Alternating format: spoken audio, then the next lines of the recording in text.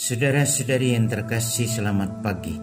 Mari kita awali permenungan kita pagi ini, Kamis 18 Juni 2020, Pekan Biasa ke-11 dengan tanda kemenangan Kristus. Dalam nama Bapa dan Putra dan Roh Kudus. Amin. Tema renungan kita pagi ini adalah jangan bertele-tele. Matius pasal 6 ayat 7 sampai dengan 15. Kalau kita perhatikan orang yang hendak meminjam atau meminta uang dari kita, tidak pernah langsung mengatakannya, tetapi dia berputar-putar cerita, entah tentang hidup yang susah, anak atau istri atau suami sakit, dan seterusnya. Setelah cerita itu rampung, barulah dia mengatakan, bolehkah saya minta uang atau minjam uang? Ada lagi cerita yang tidak asing lagi. Saya yakin ini cerita khayalan, di mana seorang pemimpin umat memimpin doa makan. Dia bertele-tele dengan doanya, dan semua yang sudah kelaparan sudah tak sabar untuk segera menyantap hidangan. Tetapi karena doa yang bertele-tele itu, maka orang-orang itu satu persatu bukan meninggalkan meja makan, tetapi mulai menyendok makanan dan makan dengan lezatnya, sementara pemimpin umat itu terus berdoa sambil menutup mata.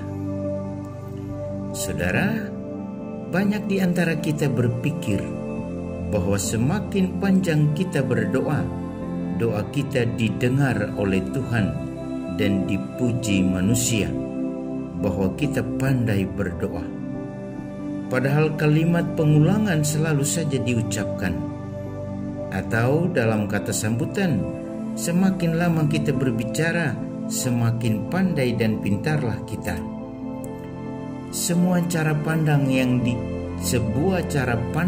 yang dikritisi Yesus.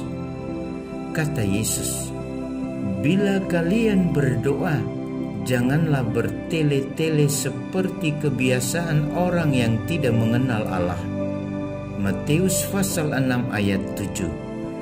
Kata-kata ini bermakna bahwa doa yang panjang dan berbelit-belit menggambarkan bahwa yang berdoa itu tidak mengenal Allah. Masa pemimpin umat tidak mengenal Allah yang ia imani? Mungkin saja kalau kita menyimak kata-kata Yesus. Mengenal Allah berarti mengenal kehendak-Nya. Dan kehendak Allah untuk kita ciptaannya, khususnya manusia, adalah hidup bahagia dan sejahtera, tahu bersyukur dan memuliakan nama-Nya. Karena itulah Yesus mengajarkan kita bagaimana harus berdoa, menyapa Allah sebagai Bapa, memuliakan nama-Nya, memohon terjadilah kehendak-Nya bagi kita, memohon rezeki dan pengampunan dan pembebasan dari yang jahat. Itulah doa Bapa kami yang diajarkan Yesus. Yesus merangkum semua kebutuhan manusia, baik sebagai makhluk religius maupun sebagai makhluk sosial, dalam satu doa.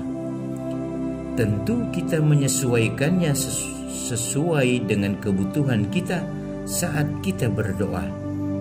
Namun doa yang benar adalah berpasrah pada kehendak Tuhan, bukan memaksa Tuhan. Membiarkan Tuhan berkarya dalam diri kita, bukan menghitung beban dan derita di hadapan Tuhan. Yesus berkata, Bapamu tahu apa yang kalian perlukan sebelum kalian minta kepadanya. Matius pasal 6 ayat 8b. Kalau Bapa sudah tahu kebutuhan kita, maka jangan menghitung apa yang kita mau, tetapi memohon agar yang Dia mau terjadi dalam hidup kita.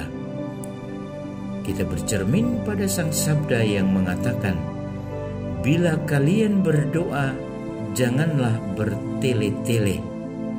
karena Bapamu tahu apa yang kalian perlukan.